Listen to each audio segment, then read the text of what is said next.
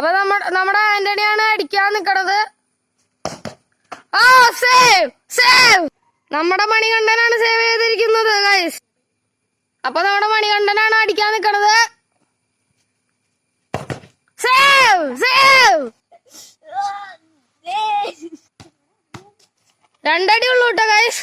അപ്പൊ നമ്മുടെ ആന്റപ്പന്റെ ലാസ്റ്റത്തെ അടിയാണ്.